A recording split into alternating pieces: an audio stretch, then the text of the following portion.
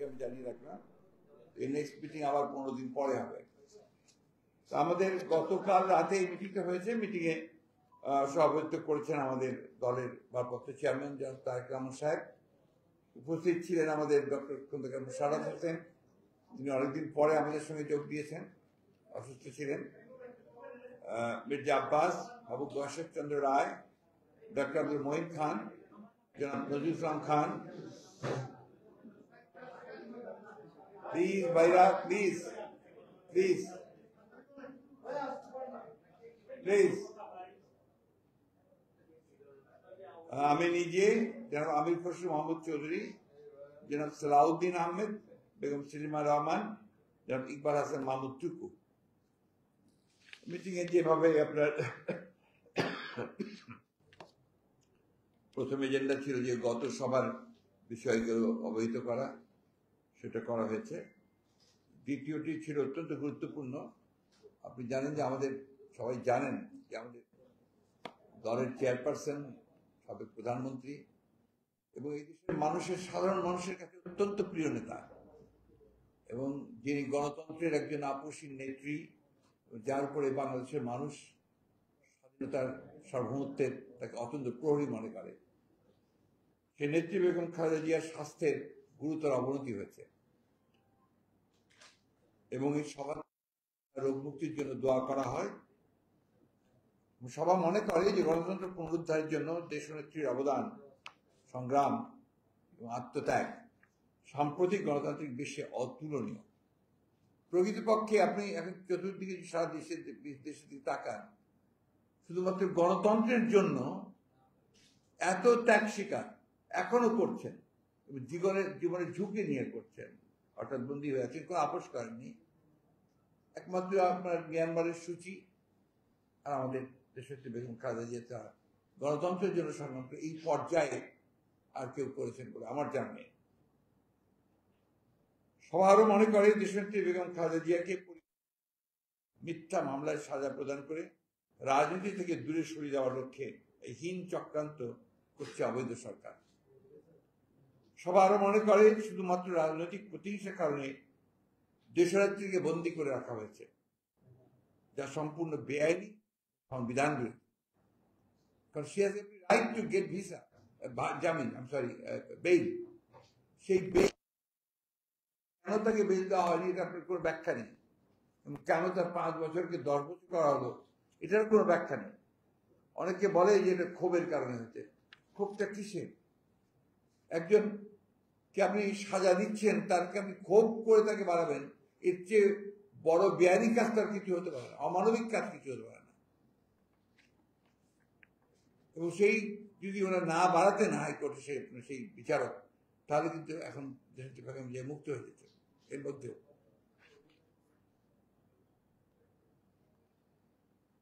সব আরো মনে করে শুধুমাত্র রাজনৈতিক প্রতিহিংসার কারণে দেশ থেকে বন্দী করে রাখা হয়েছে, যা সম্পূর্ণ বেআইনি ও সংবিধান বিরোধী। এই মামলায় জামিন পাওয়া তার সাংবিধানিক অধিকার।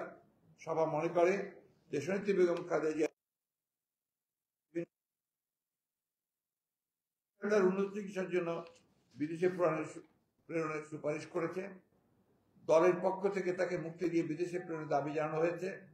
এমনকি পরিবারের পক্ষ থেকে 2 বার তার বিদেশে চিকিৎসার অনুমতি চাওয়া হয়েছে।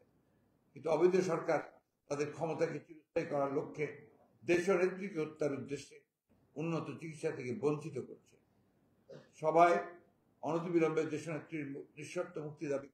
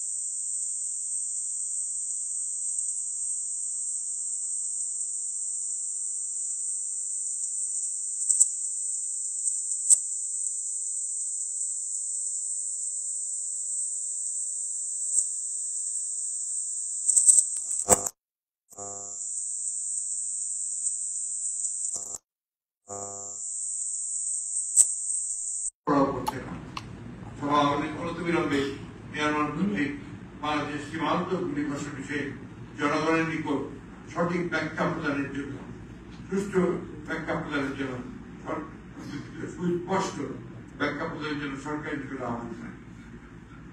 আর সবাই যেহেতু সিলেট বিভাগের বন্যা পরিস্থিতি নিয়ে আলোচনা হয়, সবাই মনে করে কিশোরগঞ্জে হাওরের মাঝখানে সড়ক নির্মাণ, বেশ কিছু এলাকায় মাটি ভরাট করে কয়েকটি স্থাপনা নির্মাণ করায় ভারত থেকে নেমে আসা পাহাড়ি জলের পানি দ্রুত নিষ্কাশিত না হওয়ার কারণে ভয়াবহ দুর্যোগ সৃষ্টি হচ্ছে। সিলেট, সুনামগঞ্জ শহর সহ বিভাগের বিস্তীর্ণ এলাকায় পানির তরে তলিয়ে যাওয়ার অসংখ্য মানুষ সীমাহীন দুর্দশার মধ্যে পড়েছে।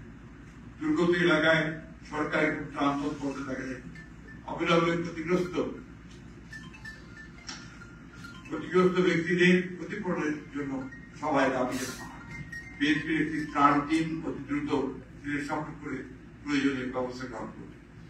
সবাই গত এক মাসে ঔষধের মূল্য শতকরা 10 থেকে 40% বৃদ্ধি পাওয়ার, সেই সঙ্গে নিত্য প্রয়োজনীয় দ্রব্যের অস্বাভাবিক মূল্য বৃদ্ধি গভীর উদ্বেগ প্রকাশ করা হয়। সবাই এই মূল্য বৃদ্ধিতে সাধারণ জনগণের এই দুর্ভোগের জন্য সরকারের দুর্নীতি ও ভ্রান্ত নীতিকে দায়ী করে। অবিলম্বে ঔষধ সহ নিত্য প্রয়োজনীয় দ্রব্যের মূল্য হ্রাসের জোর দাবি জানানো হয়। সবার শেষে সভাপতি সবাই শেষ করে এই ছিল আমাদের গতকালকে স্ট্যান্ডিং কমিটি সভার বিষয়গুলো। মাননীয় মহাসচিব, দুইটা প্রশ্ন করতে চাই। বলেন প্লিজ। আপনার বক্তব্যে এসছে আরেকটু ক্লারিফাই করতে ভালো হয়। সেটা হচ্ছে যে আমরা জানি যে বিএনপি চেয়ারপারসন বেগম খালেদা জিয়া এখনো হাসপাতালে রয়েছেন। গত দুদিন আগে ওনার হৃদযন্ত্রের পেসমেকার বসানো হয়েছে, চিকিৎসকরা বলেছেন। ওনার এখন সর্বশেষ অবস্থাটা একটু জানতে চাই, এর সঙ্গে যোগ করতে চাই। মাননীয় আইনমন্ত্রী এ প্রসঙ্গে বলেছেন যে ওনার যে প্রয়োজনীয় চিকিৎসা সেটা উনি বাংলাদেশেই পাচ্ছেন এবং ওনার চিকিৎসা নিয়ে বা ওনার অসুস্থতা নিয়ে আপনারা রাজনীতি করছেন এবং বাইরে যাওয়ার ব্যাপারে বলেছেন যে সে বর্তমান আইনে এর কোনো সুযোগ নেই। এটা একটু জানতে চাই। পরের প্রশ্নটা আমি প্রধানমন্ত্রী সফর নিয়ে করব। আমি আপনার পরিষ্কার করে আপনার বহুবার এইবার না এখানে আজকেও বলেছি যে আমাদের যে সিদ্ধান্তটা হয়েছে সেই সিদ্ধান্তটা বলা আছে তাদের মূল লক্ষ্যটা হচ্ছে বেগম খালেদা জিয়াকে রাজনীতি থেকে দূরে সরে যাওয়া। সেই কারণেই তাকে মিথ্যা মামলাদের সাজা দিয়ে একেবারেই মিথ্যা মামলা, তার কোন এর মধ্যে কোন রকমের আপনার সম্পৃক্ততা নেই, সেইখানে একেবারে অন্যায় ভাবে তাকে সাজা দিয়ে পরবর্তীকালে হাইকোর্টে আরো বেশি সাজা দিয়ে আপনারা জানেন 2 বছর তিনি ভয়াবহ পরিত্যক্ত নির্জন কারাগারে ছিলেন, যেখানে তিনি অসুস্থ হয়ে পড়েছেন। সেখানে বারবার চিকিৎসকদেরকে চেষ্টা করার পরেও ভালো চিকিৎসা থেকে সে পাঠানো হয়নি। এরপরে করোনা হলো, তারপরে আমরা তাকে কি হাসপাতালে শিফট করে নিয়ে আসা হলো, যেখানেও তিনি সুষ্ঠু চিকিৎসা পান। যার ফলে যখন তাকে বসায় নিয়ে আসেন, সেটা আপনার অথবা বাইরে যেতে পারবেন না, সেই আপনাকে দেশেই চিকিৎসা নিতে হবে। তখনই এটা খারাপ হলো তার লিভারের সিরোসিস। লিভারের প্রবলেম ছোটখাটো না, সিরোসিস মেজর ডিজিজ। তখন ডাক্তার ওটাকে বলেছিল যে এখানে লিভার ট্রান্সপ্লান্টেশন ছাড়া তার এটা বাংলাদেশে সম্ভব নয়। আপনারা জানেন আমরা কম চেষ্টা করি, সরকার এখানে কোনো কৃতিত্ব না।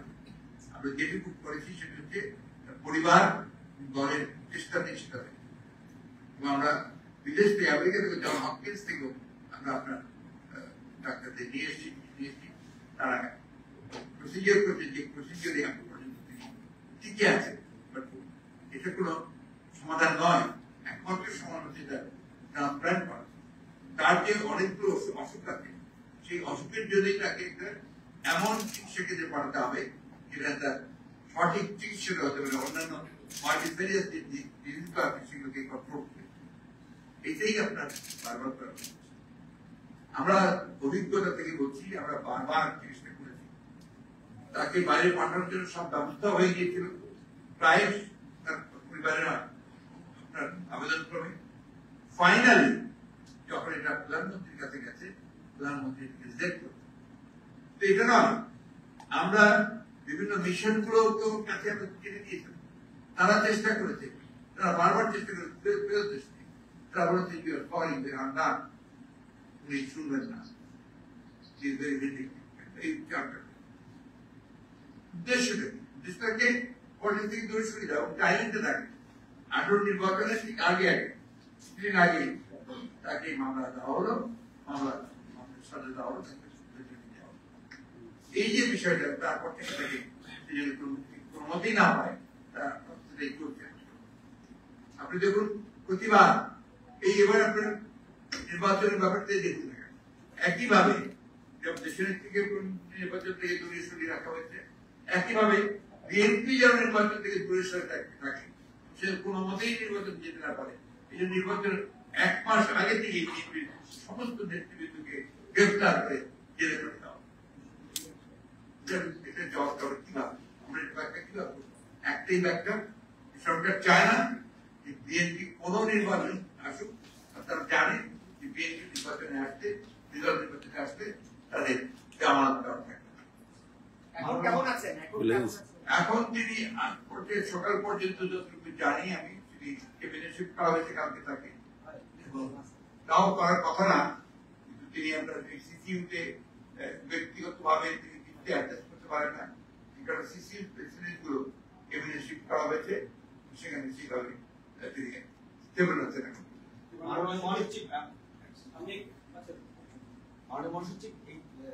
সকালে প্রধানমন্ত্রী যে সুন্দর সম্মেলন করেছেন সেখানে উনি বলেছেন যে আমরা তো এখন সুযোগ নেই দরজা জানালা বন্ধ করে রাখা। প্রশ্নগুলো ট্রানজিট, ট্রান্সশিপমেন্ট এবং করিডোরে 3টা সেপারেট ডেফিনেশন আছে। এর আগেও বাংলাদেশ ট্রানজিট দিয়েছে, কিন্তু এবারে যে চুক্তি করেছে সেখানে দেখা যাচ্ছে যে এটি ট্রানজিট কিংবা ট্রান্সশিপমেন্ট নয়, এটা সরাসরি করিডোর দেওয়া হচ্ছে, যেটি একটা দেশের জন্য সার্বভৌমত্ব জনবড় হুমকি। এখন বিএনপিটা প্রত্যাখ্যান করেছে আপনি কিছু নাই। বিএনপি বাংলাদেশের অন্যতম রাজনৈতিক বড় রাজনৈতিক দল হিসেবে এটার বিরুদ্ধে কোনো কর্মসূচি বা প্রতিবাদ বা জনগণকে হাতে নিয়ে আগামীতে এটাকে অন্তর্ভুক্ত সার্বভৌমত্ব রক্ষার ক্ষেত্রে কোনো কর্মসূচি গ্রহণের পরিকল্পনা রয়েছে? বিএনপি সৃষ্টি হয়েছে আপনার দেশের সার্বভৌমত্ব রক্ষার জন্য, আপনার প্রথম কথা।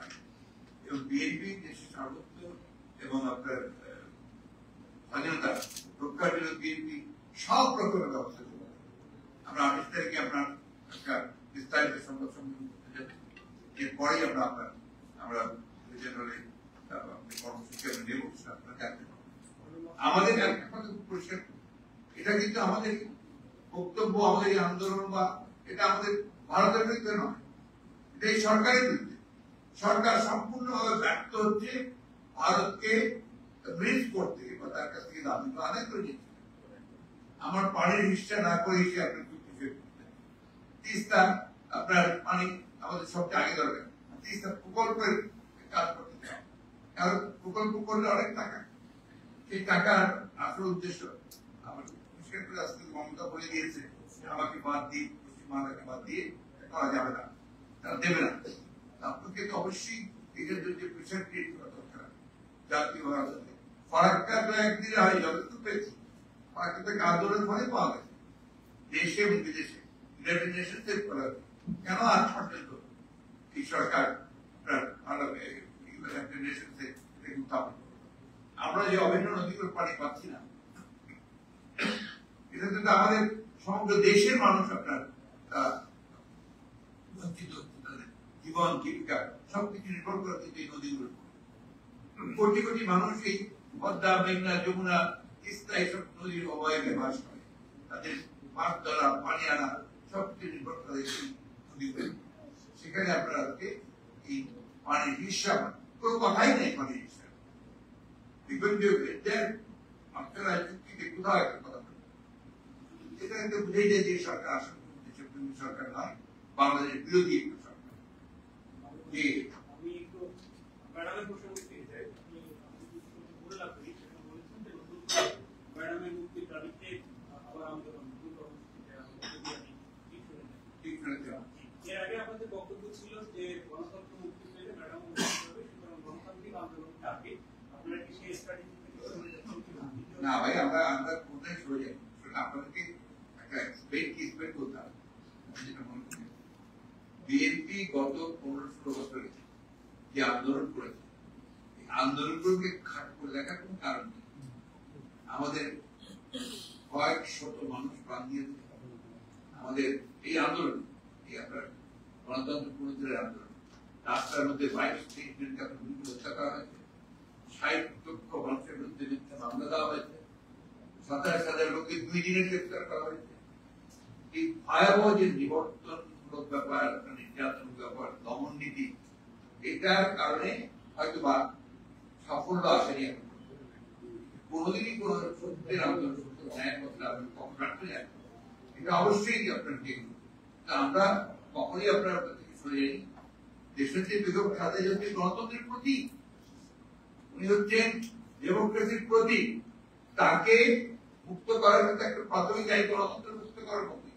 আমরা গণতন্ত্রের পক্ষ থেকে সরে যাইনি, আন্দোলন পক্ষ থেকে সরে যাইনি, দেশনেত্রীর মুক্তির ব্যাপারে আন্দোলন করতে সরে যাই।